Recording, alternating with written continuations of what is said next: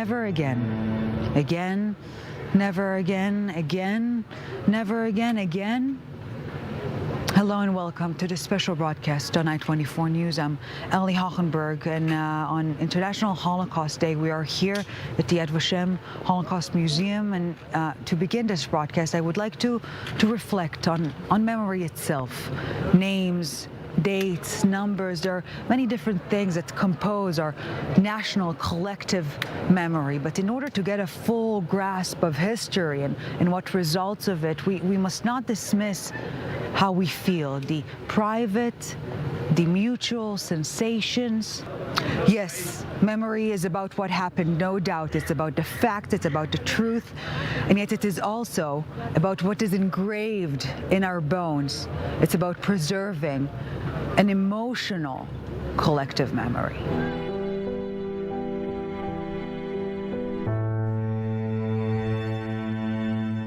We are honored now to welcome here, to be hosted here, essentially by Mr. Dani Dayan, the chairman of Yad Vashem. Thank you very much, Mr. Dayan, for joining us. Thank you very much for being here.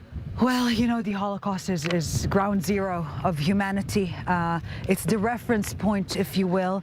And so at some point this year, albeit the clear abyss between October 7th to the Holocaust, Yad Vashem found itself in a challenging position, either fighting it or embracing it. Well, you know, we're always in challenging positions because, as you know, Holocaust denial and Holocaust distortion and manipulation of the Holocaust for political purposes all over the world, not only in Israel, especially abroad during the war between Russia, the invasion of Russia, of Ukraine. We hear so much manipulation of Holocaust-related themes, even in the last days. Regarding October 7th, the genocidal massacre by Hamas in October 7th, our position was clear from the first days. It hasn't changed, but actually it was reinforced. But I must admit that during the first days after October 7th, it was difficult to express it because the public was not probably ready to internalize it. Today, I think it's quite consensual that October 7th was not a continuation of the Holocaust, but there are similarities. You know, when I hosted here President Biden, I told him, Mr. President, Israel was not established because of the Shoah, but you cannot understand Israel and Israelis without understanding the impact, the huge impact the Shoah has in each one of us. So it's clear that when we heard stories about children, their mouths being muffled in order to prevent them from crying, lest be discovered by the assailants, we all were reminiscent of the Shoah. That's inevitable, it was natural. And the cruelty was the cruelty. And the sadism was the sadism, and more than that, the intentions were the intentions. But there is a huge difference, and the difference is that the IDF. The difference is that during the Shoah, we were at the mercy of others. And we had to beg, the most we could do is to beg the Allies to bomb the railways leading to Auschwitz. And now the IDF came late, that's right, but the IDF came and now is exerting a toll from the perpetrators, and that's a huge difference. And I will add something very important.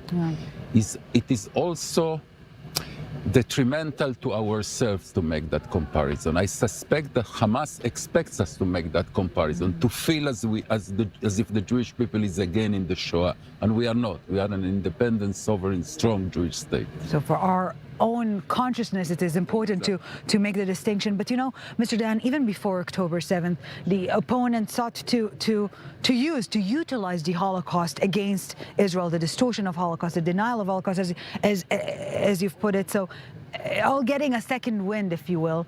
And Yad Vashem is forced to increasingly become engaged in the diplomacy of memory. That's right, definitely. But you know, the silver lining is that the awareness of the Shoah, as time passes in the international arena, in the diplomatic arena, in the higher echelons of governments, is increasing, actually, not diminishing. You know, the International Holocaust Remembrance Day, January 27th, was established in the 21st century, didn't exist in the 20th century. IRA, the International Holocaust Remembrance Alliance, was established in the 21st century, didn't exist in the 20th. So the awareness is growing, and I see it myself. I just returned from Brussels.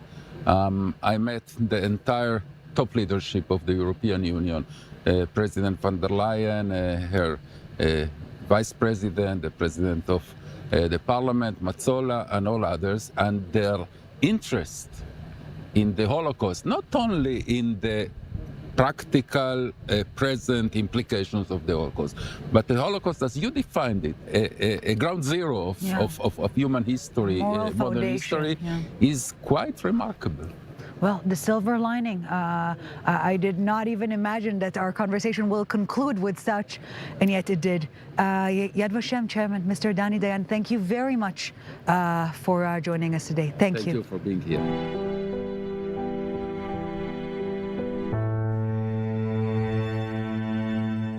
And we're delighted to be here now with Rena Quint and her granddaughter, Michal Hershkowitz. Thank you both so very much for joining us on this special day. Rena, let's begin with you, with where it all started. I am also delighted, and I feel privileged and lucky to be here. I wish Yad Vashem was a different kind of museum, but thank God we have this museum to the memory. My name is Rena Quint. That's my sixth name. I was born as Fredja Lichtenstein in Poland. I was 3.5 years old. September 1st, 1939, the Nazis walked into Poland, and as soon as they did, there were dead bodies, there were dead planes going over, people were running all over different places. And the Nazis put a barbed wire fence around the Jewish section, and that was known as the ghetto. I lived there with my mother, my father, and my two brothers, David and Yossi. People outside of the ghetto couldn't live there, so they had moved in. And then people later on from different towns and villages, it got very crowded. There wasn't enough food, there wasn't enough medicine, there was no heat. People were dying, but they weren't fast enough. Early on, they took my father and my uncle to a slave labor camp, a man's factory where they made glass. I stayed with my mother and my brothers. One night, in the middle of the night, they came banging down and yelling, "Raus, raus, schnell! You have 10 minutes to pack up what you need and run down." And we had to run down. People were falling over each other. They took whatever they could, and we were brought into a big square, and from there, beaten and chased like animals into the synagogue. From there, we were brought to the synagogue. 2,000 people from the ghetto were brought into the synagogue. They couldn't get everybody in, so whoever couldn't get in, they took out the forest, gave them shovels. They had to dig ditches, and they became their graves. I was 6 years old at the time, but in the synagogue, there are no Jews left, so now it's a library. They didn't tear it up. There was a man behind a door, and he beckoned to me, and he said, "Run." I don't know if I was stupid, if I was naive, if I was lucky. I don't know how it happened. I ran out. That was the last time I saw my mother and my brothers and all the rest of those people. They were taken to Treblinka, where after this cattle car, they were put into gas chambers, and then their bodies thrown out. They didn't even have crematorium. Their bodies were just burnt. This man who told me to run, he took me to my father, who was working not far away in a glass factory. My father saw me. He was delighted to see me. He hugged me and kissed me, but what's he going to do with a little girl? It's a man's factory. So for a while, the men really helped and tried to hide me. And then he said, "From now on, your name isn't Fredja or Fredel. Your name is Froyam. You're not 6 years old, you're 10 years old. And you're not a girl, you're a boy. You have to remember that. I'm a boy, I'm 10 years old, and my name is Froyam." God was with me, and I remembered. And the people helped me. There were vicious dogs there biting at you, and we were delivering water to the workers in the glass factory. Worked very, very hard.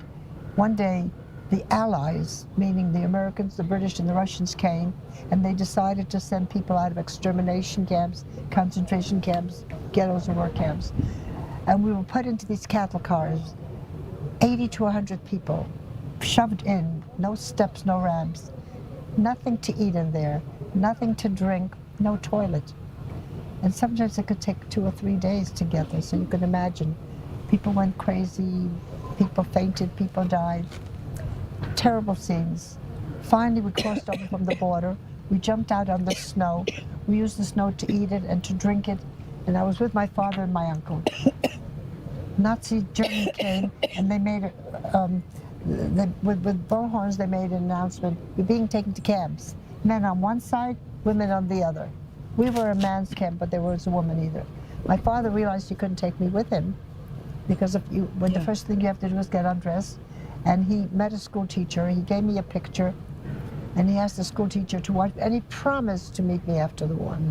He never kept his promise. I never saw him again. I had a new mother. I went with her, and just to make it short, after a terrible march, we were taken to Bergen-Belsen. And there every day, when we came out, she stole a black coat that somebody else had left there because we were completely naked. And she kept that around me to give me some heat. Yeah. I don't remember the woman. I don't know what happened to the black coat, but I know she saved my life. Do you remember the embrace? Yes, I do. I was really very lucky that I always found I had 6 mothers. And each one of them played a very big role in my life. In Bergen-Belsen, every day people died and they were just thrown out.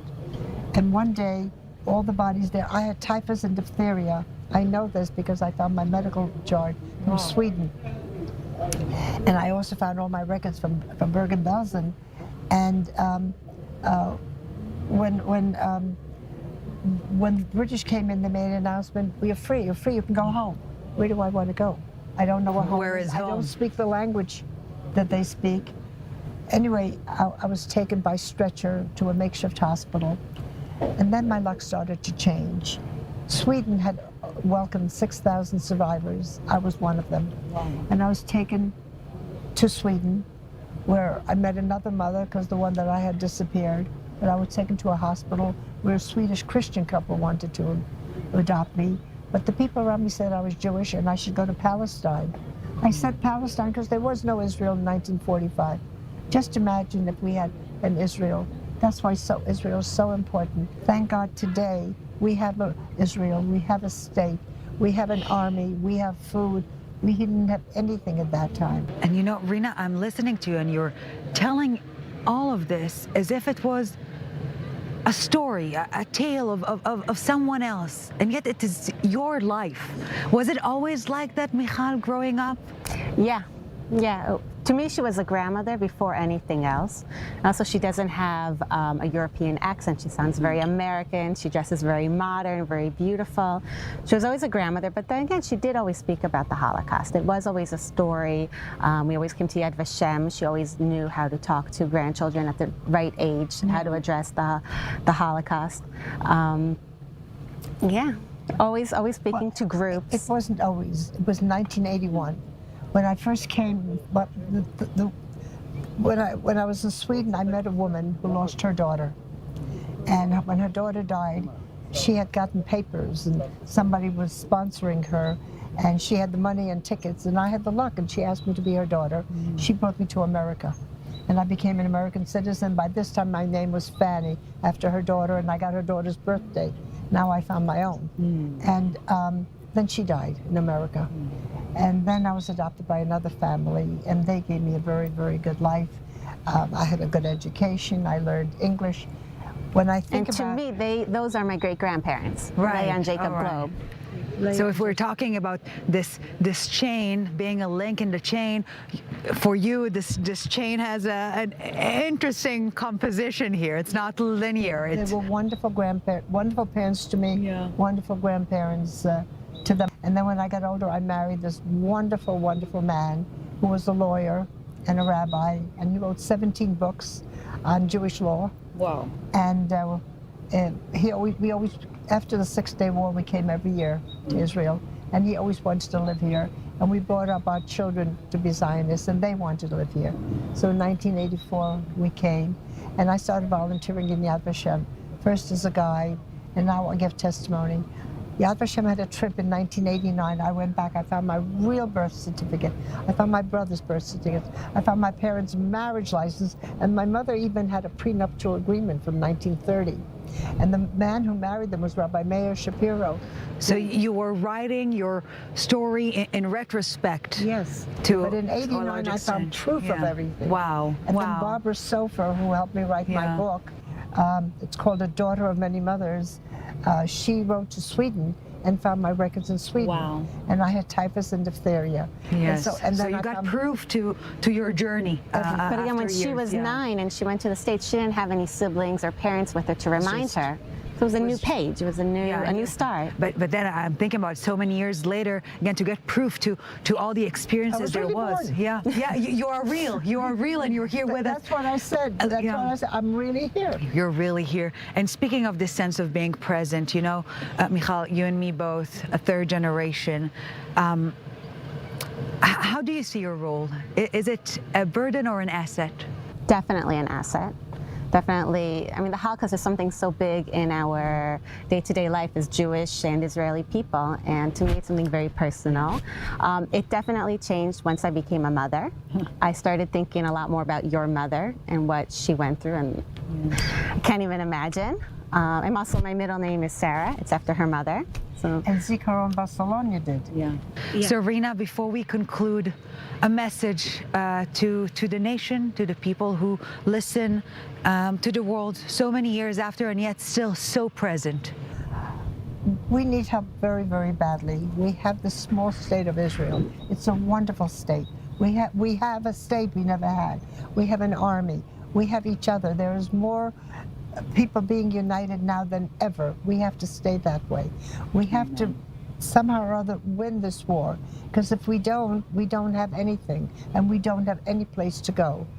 We don't want to go anyplace. We want to be present. Rena Quint. Yes. Rena Quint, Michal Hershkowitz, thank you so very much for coming here today and sharing with us your story and your friendship. Thank you.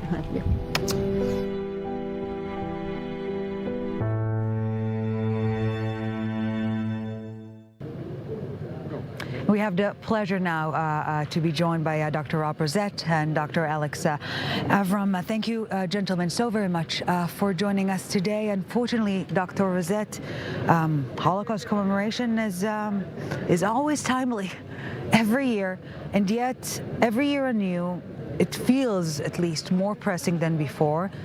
And every year anew, you need to make it relevant.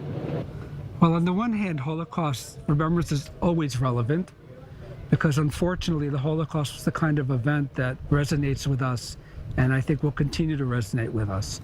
On the other hand, events happen in the world, and especially because of what's happened recently here from October 7th onward, there is a lot of connection that people feel between what happened in the Holocaust and what happened most recently here.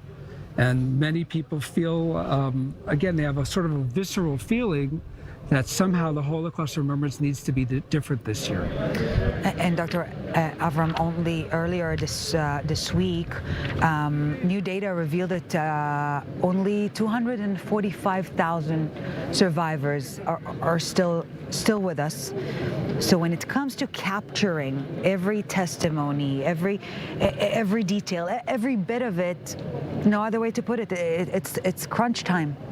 Yes, it's urgent to do that, and we are working very hard every year in order to tape video testimonies with the Holocaust survivors.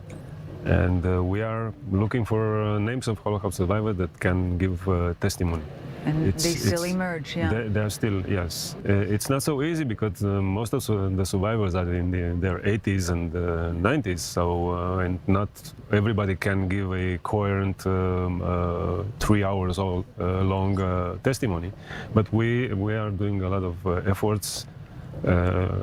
Last-minute efforts. Yeah, but you know, Dr. Avram, speaking of conceptions and misconceptions, a key term in recent months, for so many years we all thought that if only there were more testimonies, more data, more information, more proof, then the world will believe, everyone. And yet what we've seen short months before, you had all the angles, all the documentation, everything you needed to show it is more real than real, and yet my question to you, maybe testimonies, maybe capturing the information is not enough.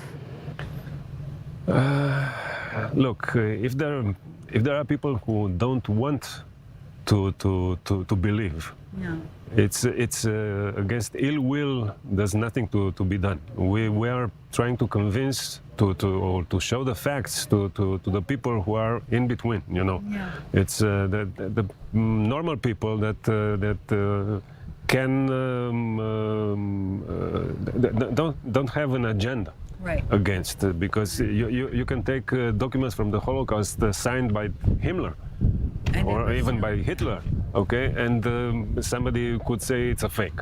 Yeah. So There's no way against this, around it. no. Yeah, there are some fights you cannot win. Dr. Rozzet, to that point exactly, we're seeing spiking anti-Semitism, and interestingly enough, I would dare to say, in both its ancient forms, its old familiar outfits, and its modern wardrobe, those blood libels and these new types of anti-Semitism. Is commemoration without action enough? No, of course, commemoration without action and commemoration without depth doesn't give very much. But when we attack anti-Semitism, we have to talk about a toolbox approach, which means we have to take everything that we can possibly be doing, and including working with the internet providers, for example, and social media people to govern themselves better in terms of educating young people. We need to continue bringing on very high-profile people to speak against it, and really just about everything else we can think about continuing, because there is no one magic bullet, including teaching people about the Holocaust. It's central to what we do, right, but it's insufficient by itself. There has to be more. Dr. Avram, speaking of the internet as a code name, AI seems to be this new tool in the toolbox when it comes to preserving the testimonies, preserving memory. What do you make of it? Will it help the cause or undermine it? No, I think that we can take a lot of advantage from this AI technology, because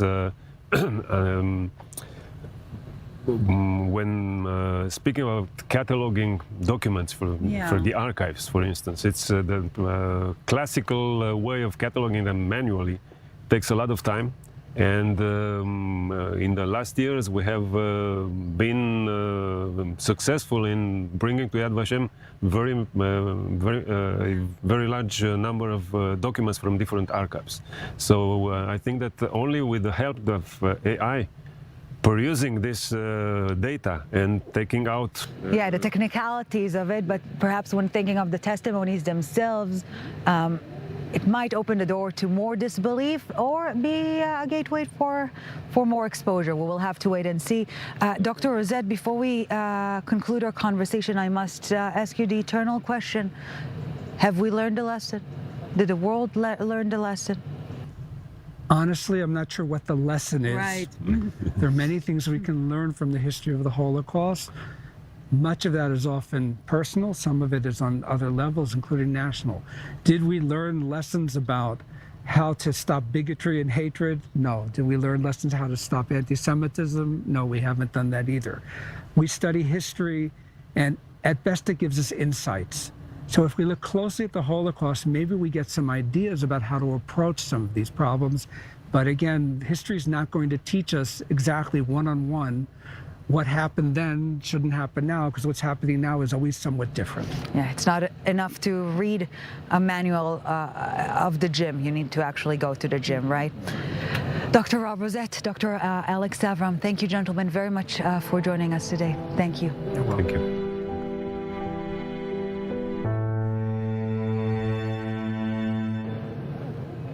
And now she was born with the Holocaust running through her veins, not as a figure of speech. She was born as a miracle from the ashes of what was, and now she lives a life dedicated to honor the past for the sake of the future. Exactly. Lea Schenirer, before and after all else, you're your mother's daughter, and before and after all else, you're second generation. I don't know what is first, but I'm here because of my mommy, and mommy is alive because of me. And, you know, my mother, I'm Lea Schenirer, as I said, and my mother is one of Mengele twins. She was 5 years old when she had through all the experiments of Dr. Joseph Mengele. And she was born in Czechoslovakia. And my mother, remember, when they took her from their house and they brought them just to Sered, before they went on the train, they said, Zwillingen links or nicht Zwillingen rechts, twins to the right or to the left. And then my grandmother said she should say the truth or not, because she didn't know. But then she said, I'm going with the truth, and she said Zwillingen. And the Zwillingen was not identical twins. And what Joseph Mengele wanted to do, to find out, because he wanted to duplicate. And you know that block number 10 is closed till today, and they were taking there. My mother was 5 years old. And I actually looking at that I was born as a miracle. I was born as a miracle because I think that if, not I think, I'm sure, that if my mother would have been through what she had when she was 15 or 16, probably she couldn't have children. And I'm the doll. She gave birth to a doll that she never had. And actually... So being a mother to you was her being a child again. Exactly. She always says to me, you know, in some points I see her that she is really still 6 years old. And she was really, 2 years ago, when I went with her back, it was very difficult to take her back there. And I took her back and she saw, and really, you know, every corner, every stone, she said, this is block number 9, this is number 10, which is closed, and this is number 11. And she said, Lealia, you remember I told you when I gave birth to you, and I saw that, thank God, I gave birth to a child healthy, and they put you on my chest, and then they took you to wash you, to prepare you, and then she said, don't take my baby. Because then she remembered what they the time. No, she was lying back and she was this very, very curious child. And she heard a woman screaming. And she came and she wanted to see what's happening because they were on the 3rd floor, like next to her twin sister. And she got bitten by a rubber stick. But she saw a woman giving birth on the red bricks, and right away, when they took the baby, right into the fire. And when they took me from her chest, all these things came back to her. And I think that she lived, you know, she went through the Holocaust, and I'm living the Holocaust since I was born.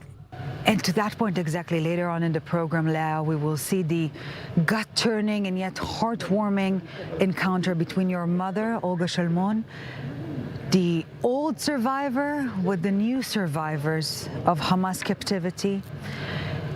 But even before all of that, you took upon yourself, you turned Holocaust remembrance into your own mission, a responsibility of the second generation. Exactly. I think that I was born with the duty and with shlichut. Yeah. And I think that my duty is to pass the stories of the Holocaust again. And we saw that the sentence, never again, didn't work so well for us this year. And since the 7th of October, my mother didn't think that she will go through a Holocaust again. And my mother is living a Holocaust again. And when they called me to support the family of Yoni Katzasher, he called me and he said, I know you have connection to Germany because my husband works there. Please help me. Because my wife is with the German passport and my daughters. Please help me, Lea. I said, I'm with you.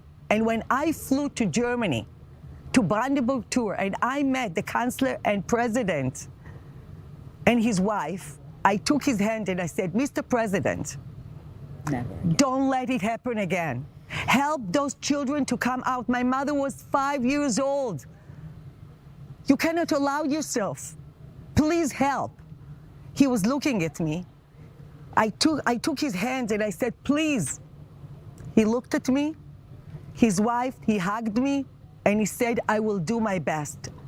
Thank God, Doron, Raz, and Aviv are out. And yesterday, when I met this meeting, it was so, I said, how can I make International Holocaust Day like a shocking, the world will see that anti-Semitism is still here. How? How?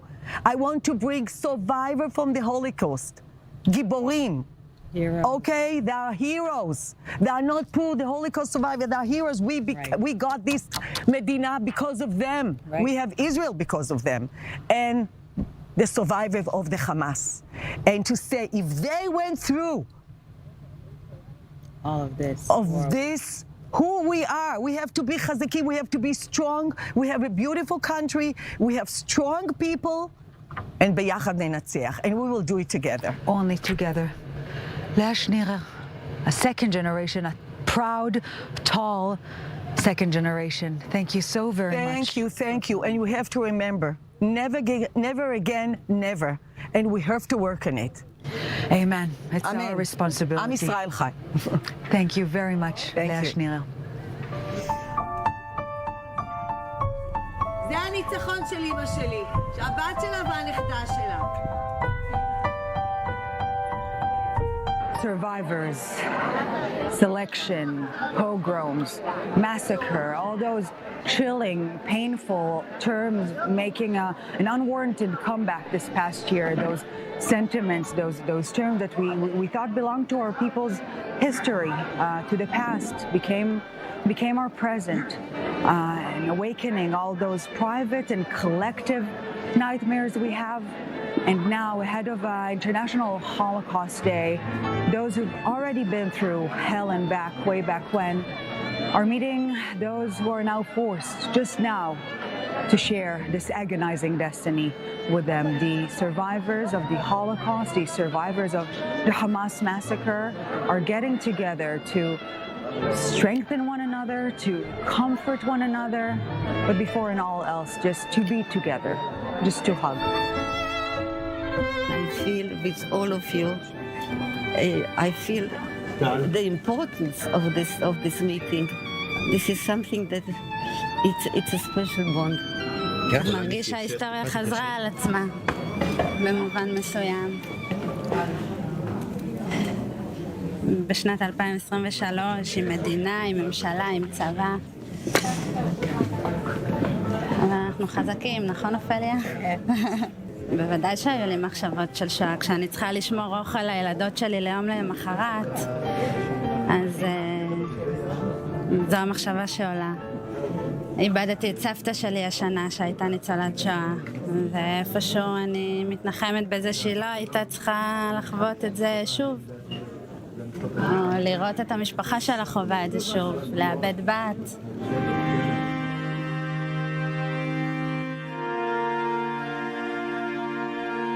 כמה כוח יש לכאב? לכאב יש כוח, וזה הניצחון, וזאת ההוכחה ששום דבר לא ישבור אותנו. Olga Shalmon was just 4 years old when she went through the vicious hands of Dr. Joseph Mengele decades ago. Ophelia Reutemann, Raz Ben Ami, Doron Asher were released from captivity, held by vile Hamas terrorists after over 50 days, and today they are all survivors.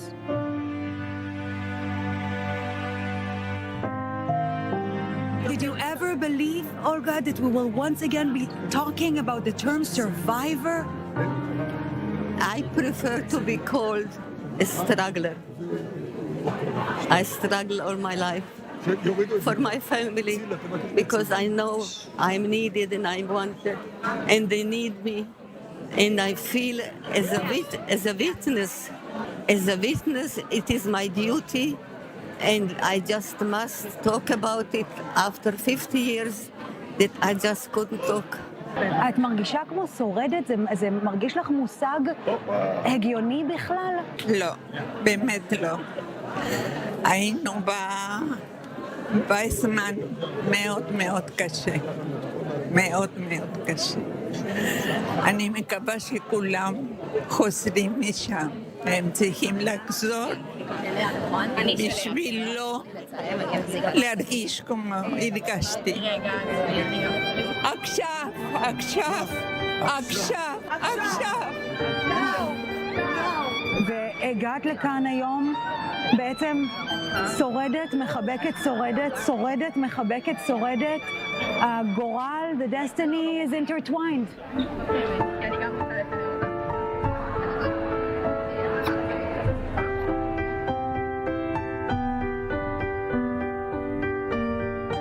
And there will be a miracle. One day we'll see with our own eyes. There must be a miracle.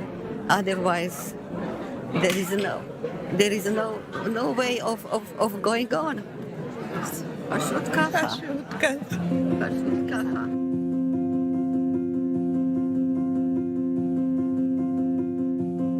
In the name of her mother, Lea, Olga's daughter, decided to do whatever she can to bring about the release of the hostages. So she took Yoni, whose wife was being held captive, all the way to Germany, where Olga's horror began, so Doron's horror will end. קאנצלר גרמניה, נשיא גרמניה, אין לי מילים, מיד פינה, מיד הגיע לברנדנבורג טור, ניגשתי אליו, הכרתי את אשתו בזיכרון בסלון באירוע, הרזתי את ידה, אמרתי אל כזה אני, the Tochter von der Zwillingen, von Mengele Zwillingen, היא אומרת לי, יא, והציגה אותי לפני בעלה. Und ich habe gesagt, Mr. President, never again, never. Jetzt, אתה לא יכול להרשות לעצמך שעל האדמה שלך בגרמניה, שוב, אתה לא תצליח ולא תציל ילדים שנמצאים שם. פה אמא שלי עברה את השואה. אז את בשם אמא? אני בשם אמא. בשם אמא שהייתה ילדה בגיל של אביגיל, בגיל של הילדות של דורון, היא עברה את השואה. היא הייתה בגיל 5. ואמרתי, אמא הייתה בגיל 5 ובאתי להציל ילדים פה על אדמת גרמניה, ואתה תעזור לי.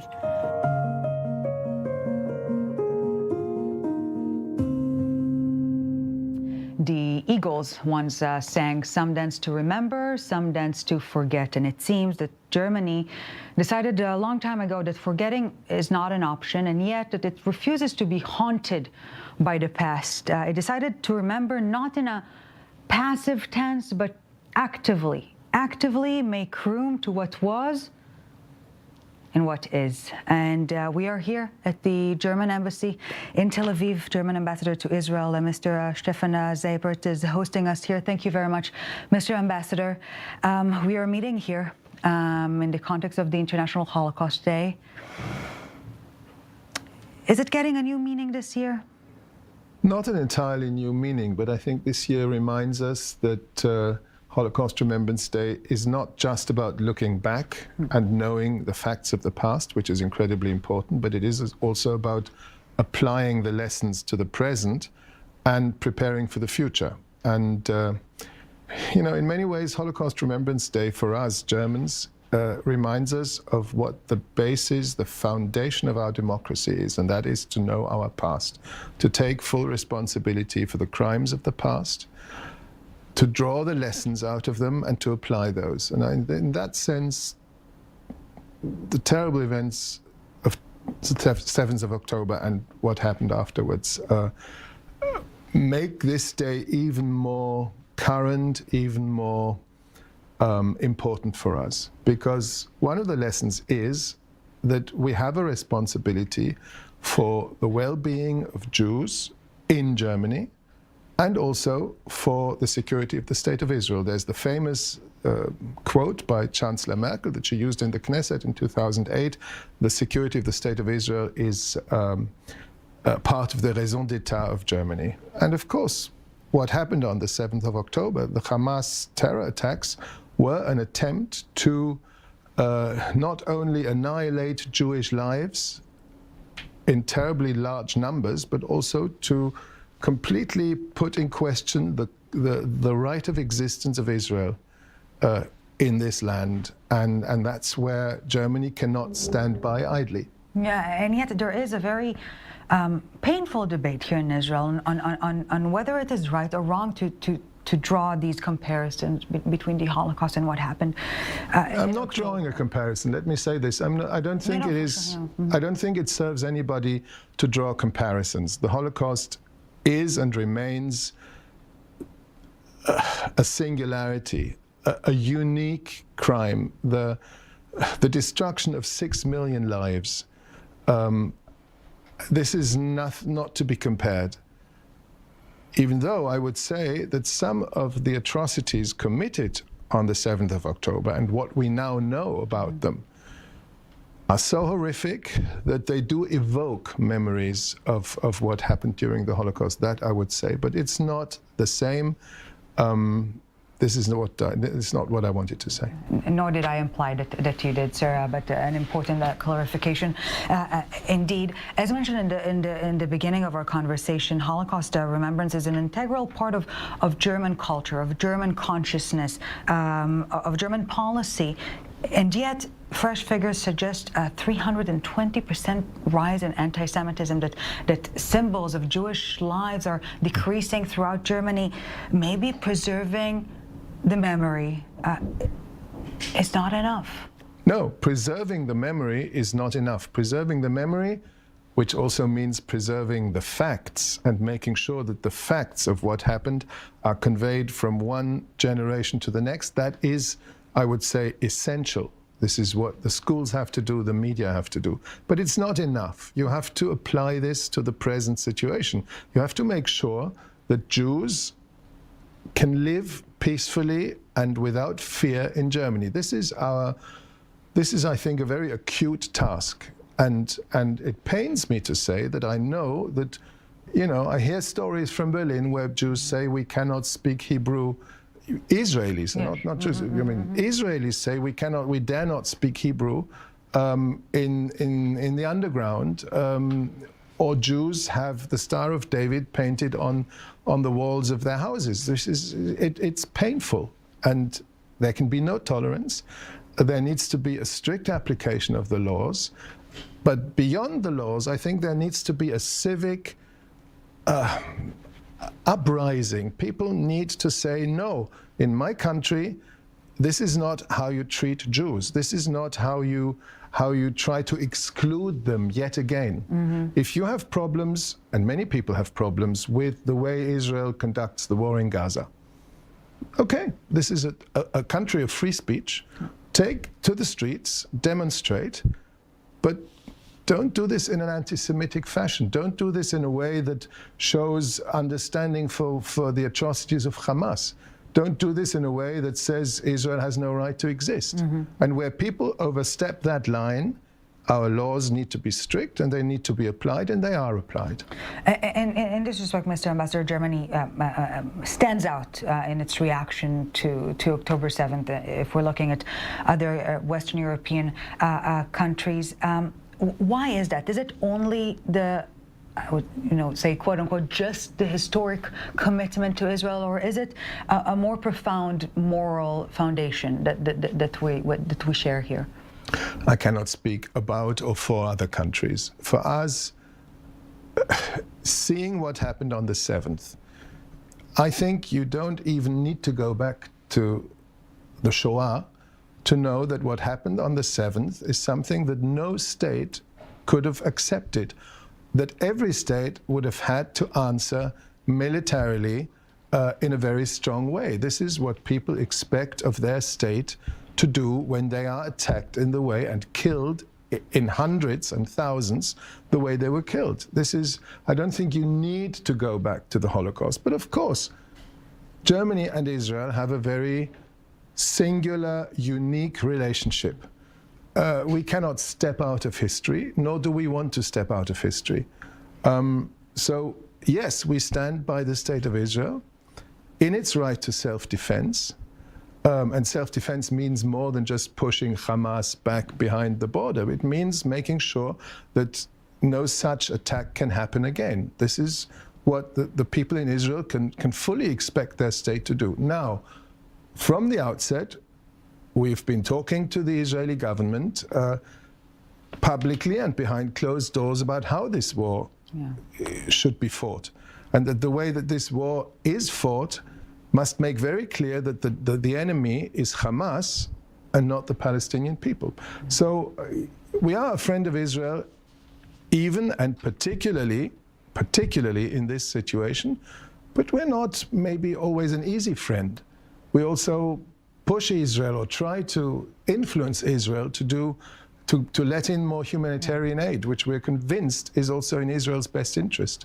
But on the basic question, do we stand with Israel after what happened on the 7th? There can be no doubt, and there will be no doubt. Mr. Ambassador, before we conclude, in broader terms, perhaps, there's this renewed talk of a pending Third World War. How do you see Germany's special position in this respect to not just to prevent, but perhaps mere alert of the dangers that we're now seeing globally? Well, currently, I don't even want to speculate about, using such big words, but what is in everybody's interest, including in Israel's interest, is to not let this war, become a regional war, to not escalate it on other fronts. This we have very strong feelings about this. It is very important for Israel to prevent, I would say, any kind of eruption in the West Bank and the occupied Palestinian territory. Is very important. We hope for a de-escalation rather than the opposite on the northern front. We completely agree that it is not a tenable situation that tens of thousands of people had to leave their houses in Rosh HaNikra and Kiryat Shmona and everything. But we hope that politics and diplomacy will work for a solution to this. And we want to do everything to prevent another war there. This must also be in Israel's interest, I think. German Ambassador to Israel, Mr. Steffen Seibert, thank you so very much for hosting us, for speaking to us on this day. We appreciate your time, sir. Thank you. Thank you for having me. Thank you. When they were children, long decades ago in Europe, they were told not to cry in order to survive. On October 7th, in the Jewish safe haven they have built, it was them telling kids not to cry. Ruth, Chaim, Mickey, second-time survivors. I survived the Holocaust, and I also survived the Black Saturday of October 7th. Horrific.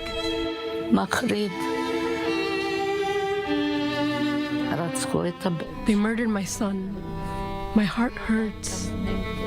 I know how to bottle up the pain, but this time, the pain doesn't stay in. I can't keep it in. I wake up at night and see the images. It's terrible. Ruth Aran, a resident of Bari, survived the Holocaust at the same age as her granddaughter that was taken hostage by Hamas. Together with Yahel, 6 other family members were also taken hostage. Ruth's daughter, Sharon, granddaughter, Noam, 12 years old, granddaughter, Addie, and their 2 kids, together with her husband. Her son was murdered, and his wife, Shoshan, was a hostage as well. They knocked on the door. I opened, and I saw them standing there with green headband. They were terrifying. I don't know why, but I wasn't scared. I stood for a moment, and suddenly, someone was calling them, so I turned around and ran. At night, when the soldiers came to take us, I saw across the yards were bodies of babies, kids, bodies all around. I will never forget it. Thank God I'm 88. I don't have much time to live, so I will do my best to remember it. Horrible. Just horrible. Since October 7th, many have used the term Holocaust to describe the massacre in the communities surrounding the Gaza Strip. While some disagree, others say October 7th was a second Holocaust. Ruth, who remembers clearly what she went through as a child, is unable to come up with another way to describe October 7th. It was a Holocaust. A Holocaust. Look, if they cut open the belly of a pregnant woman with a knife, isn't that a Holocaust? Is it not? If they kill babies, isn't that a Holocaust? It's a Holocaust. They're savages. She immigrated to Israel with her parents before Israel's declaration of independence. She remembers very clearly the feeling of persecution and the longing to finally feel safe in the Jewish state. I love this country. It gave a sense of safety for millions of Jews that were nomads around the world. But what happened this time is unbelievable. Just unbelievable. I was born in 1935. I went through the Holocaust at the same age as my grandson, who was sitting with me in the safe room. All my memories are from a child's perspective. On the Black Saturday, Chaim Ranan, a resident of Kibbutz Be'eri, was together with his son, grandson, and caregiver in the safe room. His wife Hannah was at her brother's house, and two of his granddaughters were hiding across the kibbutz. Staying in contact over the phone, messaging each other, trying to figure out when the terrorists would get into their homes. They shut the safe room door and told the kids to cry quietly. Cry quietly. Don't make a noise. Don't go out to use the bathroom. It was like that with two of my granddaughters.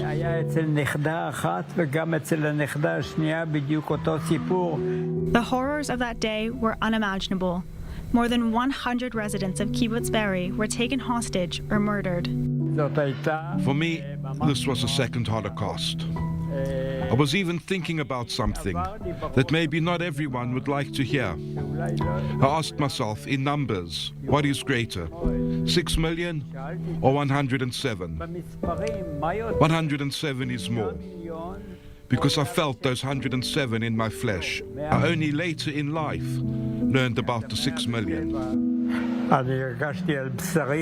In recent days, his older granddaughter decided to leave Israel with her family, now moving to the U.S.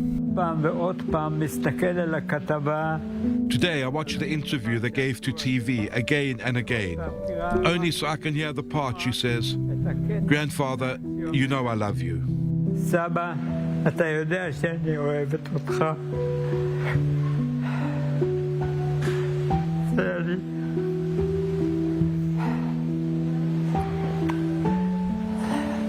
It's difficult and sad, and of course I know, and I continue crying.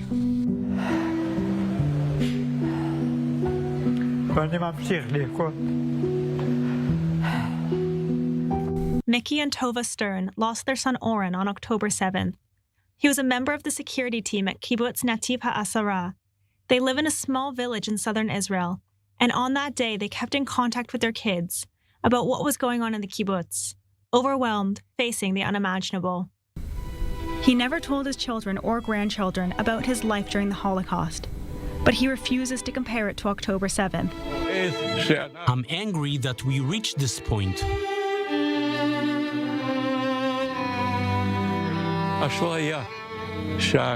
The Holocaust was every hour, day, week, month, for 5 years. A promise was made to Holocaust survivors, never again. A promise that we many didn't fully understand. But the message of those who survived for the second time is clear. We will rise again. We have no other choice. Since the beginning of days, empires were rising and falling, all sorts of beliefs disappeared, and our small nation, the Jews, with all our faults, were still here. It's unbelievable, unbelievable. My generation saw the state of Israel as a miracle. We won't let it be burned down. I'm hopeful, even after my son was murdered, that the people of Kibbutz Be'eri will come back to Be'eri and will rebuild their home as beautiful as it used to be, because it was an astonishing home. This is my hope. We are here at this new exhibition at the Yad Vashem Holocaust Museum, Bigger Than Me. And now we are delighted to be hosted here by Shay Azulay, the artist, the creator of this exhibition. Thank you very much for hosting us, Shay. Thank you for coming. And I'm thinking of this name, Bigger Than Me, and as an individual, as an artist for certain, we want to believe we are in our own path, right? And here, of all places, you realize that you're part of something bigger, that you're a link in the chain. Yeah, I think that the main thing that happens to you when you are coming to Yad Vashem, you feel that something is bigger than you, like going to the sea. something is bigger than you.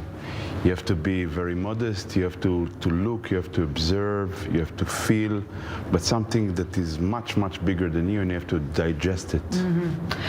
And you know, especially when we're talking about such a crucial, traumatic event as the Holocaust, there are so many visual symbols that are engraved in our private and mutual consciousness. How do you communicate with that? How do you reinvent those visual images we all carry with us? I think that artists have this ability to, or the choice to look at things and to bring himself to it inside of him, and to just bring something from the inside to the outside. So the process for me was to come here to observe. I saw everything. I saw all the collections. I've been in all the places that not every visitor have this option. And we had the war that started as well. So a lot of things happened at the same time. And I think that I got to the point that everything became something that the images came to me. And I started to see images from my perspective. And I'm again trying to get into your soul, your artistic creation process. Commemoration is about preserving, right? Yeah. And art, it's about innovating. Yeah. How do you reinvent the wheel without reinventing the wheel? I think that you have to listen. You have to, first of all, to listen to yourself, and to listen to your feelings, and to bring the image. I'm not painting from a picture or a photo. I'm painting from imagination. So my process is like to bring it like a chain inside of me. There is a channel that it's going out. The images are coming out to me. So I don't know if I'm thinking on inventing all the time, or it's too heavy. If it's discover your creation. Yeah, it's just coming to me.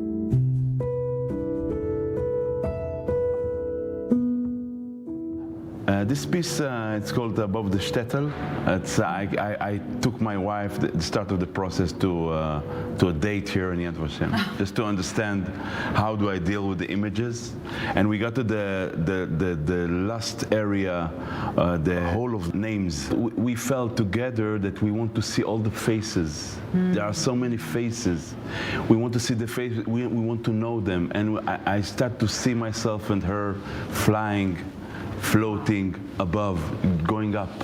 It's like, of course, that there is a direction or connection to Chagall painting above the village, but there is something here that happened to me when what I felt there, the images, the story, the faces, the names. The history elevates. Yeah, and sucking me up. Yeah. You know. Yeah.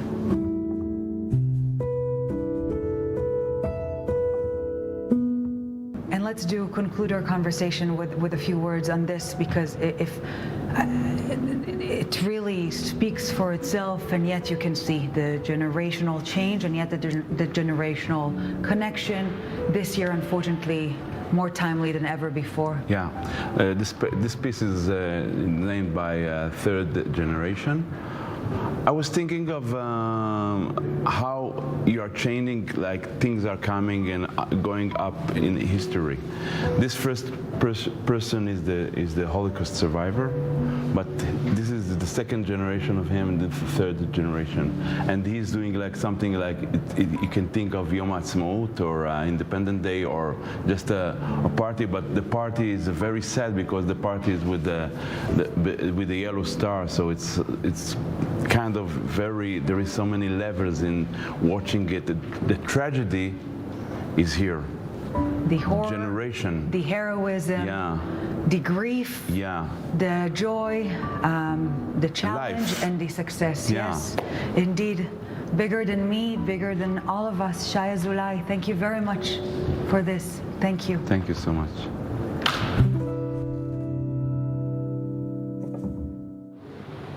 From 6 to 7, 6 million, 7th of October. Today, more than ever before, each and every one of us must take this pledge of remembrance, this oath every single day anew, the past, the present, the future. And we shall conclude this broadcast with the very same words, those echoing words, but now not as a question, but as a vow. Never again, never again.